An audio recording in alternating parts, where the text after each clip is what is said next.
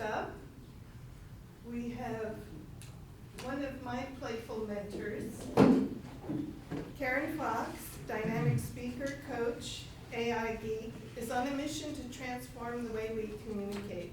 Through her expertise in mastering communication, she empowers individuals and teams to care deeply, connect authentically, contribute meaningfully, and create results that resonate. Whether captivating audiences on stage or working directly with leaders, Karen's unique approach delves into the intricacies of effective communication. Recognized as a top 100 St. Louisan by Small Business Monthly and a top 15 coach by Influence Digest, Karen infuses passion, humor, and a love for high heels, shopping, Reese's, peanut butter cups, and all things AI into her impactful work. Today her talk is Let's Play with Your Brain, the Neuroscience of Learning. And she will show us how to unlock your brain's potential, discover how neuroscience of learning can revolutionize the way you absorb and retain information.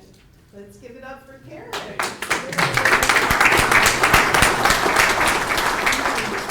If I had a brain, I'd take it out and play with it. Now, she didn't mean that in a positive note, in case you were wondering.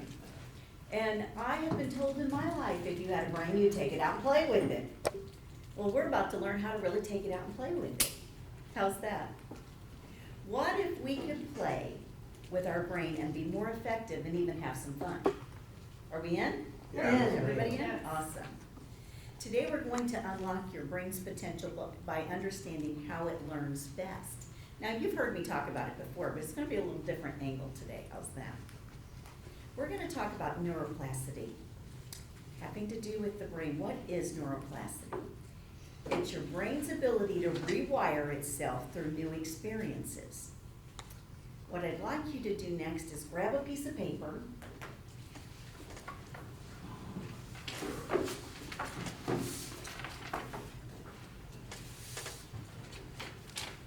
I want you to write your name with your dominant hand.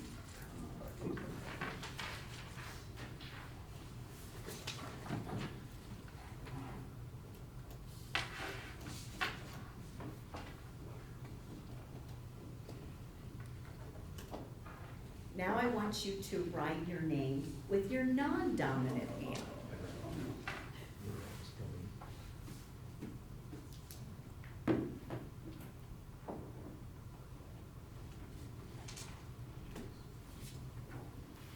How did that feel? Weird. Strange. Look terrible. Look terrible? So we know it's really easy to do it with our dominant hand, right? It's not easy to do it with the non-dominant hand because we don't do it on a regular basis. You see, the brain builds new pathways, which we've already heard about, when we challenge to do things that it's not accustomed to. That's how we start to rewire our brain. So it's doing those things that we're not accustomed to. It's trying something new. It's, as Steve had already talked about it this morning, it's doing something different. It's challenging ourselves when we do that. How many of you play an instrument? A lot of you? How many tried to play an instrument? There's some of those, okay. Okay, exactly. Well, everyone who starts out playing an instrument doesn't like it, right?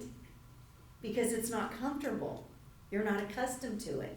But after you've started playing and you start to play well, and you start to pride yourself in it, there's a whole difference. You feel much more comfortable and it's easy to move along because you've rewired that brain to actually enjoy playing. So the next time you're learning something difficult, remember that your brain really is wired to change and improve. The key is to keep practicing. We're going to talk about the play method. Now, when I say the play method, we're going to start with the P. That is for perception. And that's the learning how you start to perceive information, how you take information in. And so again, depending on what your learning style is how you take it in. But do you realize the more senses you use, the more you're gonna remember it? How many of you think you're a visual learner? A lot of them in here. How many of you think you're an auditory learner? Okay. How about, do we have any kinesthetics? Oh, we have a few kinesthetics, awesome. I love kinesthetics. Okay, then you've got your auditory, digital, and those kind of things, and the olfactory is the senses that you do through the nose, the things that you smell. Okay. Next is L for leverage. Leverage exists using the knowledge you already have. And we all have things that we've taken in since birth. That's what makes us all different. That's why we understand things different. That's why we view things different. Your brain builds on what it already knows. That's why metaphors and storytelling is so important. Because we take, when we hear a story, we put ourselves into it. Do we fit in that story? Where does that happen? Okay, the next is your A for attention. Okay, put up here. The brain needs focus to learn. Attentions, we have our spans are short. What do we say? It's shorter than a goldfish? Yeah. Now, I just want to know how they figured that out. I don't know how many people it took to figure that out, but they say it's shorter than a goldfish. So since we have short attention spans, we have to use movement and grab attention and keep it. And we do that by different things. Now, those of you that are kinesthetic, if you don't have something to do or write or take care of, you're probably not going to remember it as well. If you're auditory, you're okay with me sharing this information and you're listening to it. Those that are visual learners will remember more of the slides. Now, a focus tip is to give yourself a deadline. Okay? Deadlines can trigger focused thinking when the brain knows it has a limited time. So what I do is I set a timer. And this, I have to get this done in this amount of time. And it's amazing how that happens. And you get it done. That when I don't set a timer, I may lose focus, I may look at something else, something pops up on AI and you've lost me totally, it's a squirrel. But when I've got my timer set, it makes all the difference. Okay, Y stands for yield. What are you gonna yield to? You yield to the brain's natural need for breaks. What happens when you just keep going and keep going and you keep going and you keep going? Are you retaining much of that? Probably not, because you have not given your brain that break that it needed. That's also why, ever wondered why naps are so important after you learn something? So your brain can soak that in and digest it all. Let's talk about the Stroop effect. It's a psychological phenomenon where your brain struggles to process conflicting information. Now the next slides I'm going to show you, I want you to shout out the color on the next slides, okay? Ready? Wait, Oh, it didn't, oh, sorry. Red. blue, red, It's green. yellow, Oh, I see what's going on now. purple, Well, some of you did very well, but you know what our brain does? It does not pay attention to the color. It reads the word. Our brain immediately picks up on the context rather than the color. So some of you had it and you were doing really well with it, and some of you were, if I'd have went faster, you'd have done it a little differently. But looking at that lets you know you have to be careful that you're not having conflicts. If you think about it, conflicts even in how you communicate with other people. Because when you're giving them information that they're not understanding, and so maybe you're not giving it in the style they need, it's a conflict in their brain. And as we all know, a confused mind never makes a decision. Do you speak their language? You know, it's no different than someone here. I said, I wish I had my daughter here because she could have spoke to you in Spanish. And she was speaking some of it last night, and I said, you should not curse to me like that. That is not nice. And she said, all I said is I wanted some peanut butter. And so, but if we're speaking a language someone doesn't understand, how much value is that? And it's the same way when you're talking in your business and you're coaching your clients or your patients or whatever. If you're not speaking their language, they're not getting it. So there's really not a two-way communication there. How about intuition? Your gut is smarter than you think. Intuition isn't just a feeling, it's the brain's way of drawing on stored experiences. That's why we say just trust your gut, trust your gut. So it's pulling on what it already knows, so what we've already been given, what we've learned through life. So don't just throw that off, oh, well, that's just intuition. It is a valuable part. Okay. Neuroscience studies suggest that up to 95 to 99% of cognitive activity is unconscious.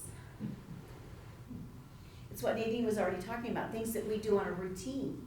You know, that we do. Have you ever driven home and thought, how did I get here? You pull in your driveway and you're like, oh my gosh, I didn't even realize that. It's because it's the unconscious mind that's gotten you there. It's taking care of all of that. And so we have to be careful that we're feeding that unconscious mind. Because be careful when you feed the brain, it believes you. Whatever you tell it, it believes. And if you keep telling it something, make sure it's good things. And you also realize your brain doesn't realize if you start rehashing something that happened, whether it happened today or happened 30 years ago. So be careful on that. Okay. How about a working memory? In the brain's ability to hold and process information for short periods, it's essential for problem solving, learning, and new things, but it has limited capacity. Did you realize that? I realize it every day. Okay, well, we're gonna do a memory chain here real quick. Okay, and what we're gonna start with, Brian, we're gonna start with you, and you're gonna say, my name is Brian, and I like, and it's gotta be something that starts with the letter of, your first letter of your first name. Okay? Okay, and then Steve, you're gonna repeat what he said and add your own. My name is Brian and I like brain food. Oh, good, likes brain food. Okay. Very good. His name is Brian and he likes brain food, and I like learning. Okay, my name My name is, is Steve and I like learning. oh, gotta be an S. Starts with the first letter of your first name. My name is Steve and I like studying. Studying, that's good, okay. It can be food, it can be anything, it doesn't have to be, okay. His name is Steve, he likes studying, my name is Les. and I Oh, like- gotta start with Brian. Gotta start back with Brian, yes. His name is Brian and he likes brain food. His name is Steve and he likes studying, my name is Les and I love loving. Love loving, okay. His name is Brian. His name is Steve, and he likes studying. This is Les, and he likes loving. And my name's Gretchen, and I like grapes. Good. Brian likes brain food, Steve likes studying, Les is a lover, and Gretchen likes grapes. And I'm Tim and I love tacos. Okay, Okay, he's Brian, he likes brain food, Steve loves studying, Les loves loving, Gretchen loves grapes, Tim loves tacos, my name is Mark, I love M&Ms. okay. Brian likes brain food, Steve likes studying, Les likes loving, Gretchen likes grapes, Tim likes tacos, Marcus likes M&Ms, Marcus, I like music. Good. I'm Richard. Brian likes brain food. Steve likes, God, I don't remember. Studying. Les is a lover. Gretchen likes grapes. Tim likes tacos. Mark, thank you, likes M&Ms. Marcus, God, I can't remember. Music, that's right. And I'm Richard, and I roar. Richard roars, I love that. Usually, Brian likes brain food. Steve likes studying. Les likes love. Gretchen likes grapes. Tim likes tacos. Mark likes M&Ms. Marcus likes music. And Richard likes roaring. And Diane likes dinner with the family. Good. And if you make a mistake, please don't be embarrassed by that. There's a point behind this, so. Thank you, because I'm like you, I'm looking, I remember the names, much less what they like. All right. Brian likes brain food. Steve likes studying. He didn't do it. Go to Les. Go to Les. Les. Okay, Les likes loving. Greta likes grapes. Tim likes tacos, that's an easy one because I do too. Mark likes M&Ms. Correct. Marcus likes music. Richard likes rowing. Diane likes dinner with the family. And you are? That's my memory's like, I don't know. Peggy and I like peaches. Peggy likes peaches. So Brian likes brain food, Steve likes studying and learning, Les likes loving, Gretchen likes grapes, Tim likes tacos, Mark likes M&Ms, Marcus likes music, Richard likes to roar, Diane likes dinner with her family, Peggy likes peaches, Darlene likes dancing. Very good. Yeah.